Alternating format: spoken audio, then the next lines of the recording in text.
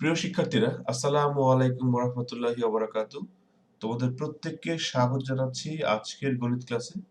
আজ আমি ষষ্ঠ শ্রেণীর গণিত বিষয়ের অধ্যায় 4 অর্থাৎ মৌলিক উৎপাদকের গাছ অধ্যায়টির লসগু অংশের অনুশীলনীর 3 নং সমস্যা নিয়ে আলোচনা করব। 3 নং, সর্বনিম্ন কতজন শিক্ষার্থীকে 3, 4, 6 এবং 8 জনের দলে সাজানো যেতে পারে যাতে কোনো ক্ষেত্রেই কেউ অবশিষ্ট না থাকে? অর্থাৎ সর্বনিম্ন কতজন শিক্ষার্থীকে আমরা 3, 4, 6 এবং 8 জনের দলে সাজাতে পারি সেটা আমাকে নির্ণয় করতে হবে। এবং একটি শব্দ আছে এখানে সর্বনিম্ন, তাহলে সর্বনিম্নর সাথে লঘিষ্ঠ কথাটাই যায়, কারণ লঘিষ্ঠ বা লঘু শব্দের অর্থ কম। তাহলে আমাদের লসাগু করতে হবে। কি কি করব আমরা? লসাগু, অর্থাৎ 3, 4, 6, 8 এর লসাগু হবে নির্ণেয় সর্বনিম্ন শিক্ষার্থীর সংখ্যা। তাহলে 3, 4 এবং 6 এবং 8 এর লসাগু আমরা এখন নির্ণয় করব। তাহলে 3 কে মৌলিক উৎপাদকে লেখা যায় 3 সমান সমান 3, 4 কে লেখা যায় 2 গুণন 2, 6 কে লেখা যায় 2 গুণন 3 এবং 8 কে লেখা যায় 2 গুণন 2 গুণন 2।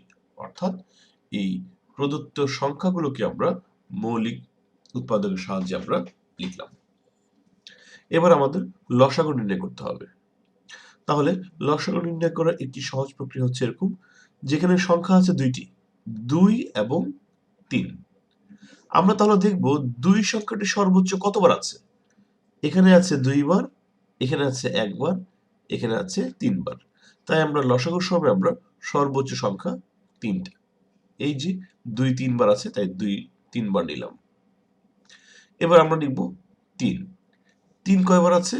3 এখানে একবার আছে, 3 এখানেও একবার আছে। তাহলে সুতরাং 3 সংখ্যাটি আমি একবার এখানে নিব। তাহলে আমাদের সাধারণ অর্থাৎ কমন এবং আনকমন সবগুলো সংখ্যা কিন্তু এখানে চলে আসলো। এবার আমরা গুণ করব। 3 দুগুণে 6, 6 দুগুণে 12, 12 দুগুণে 24। অর্থাৎ এই 24 জন শিক্ষার্থী, সর্বনিম্ন 24 জন শিক্ষার্থীকে আমরা চাইলে এই যে 3 জনের দল, এই যে 3 জনের একটি দল করলাম, 3 জনের একটি দল করলাম, 3 জনের একটি দল করলাম, 3 জনের একটি দল করলাম, এভাবে আমরা 8টি দল তৈরি করতে পারবো, তাই না? 3 জন করে করে 8টি দল, অথবা কেউ যদি চায় 4 জন করে করে আমরা 6টি দল তৈরি করতে পারবো। এটি একটি চিত্রভিত্তিক একটা আমি সমাধান দিচ্ছি, তাহলে বুঝতে সহজ হবে। এখানে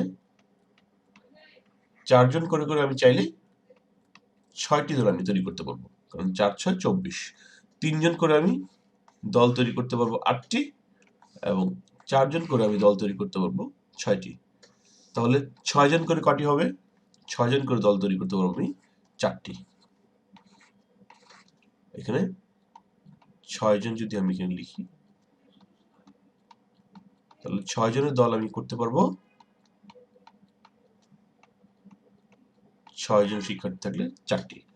অনুরূপভাবে 8 জনের দল আমি করতে পারবো 3টি। অর্থাৎ এক দলে যদি 8 জন থাকে তাহলে আমি 3টি দল তৈরি করতে পারবো। এই যে, অর্থাৎ লসাগু হবে হচ্ছে 24।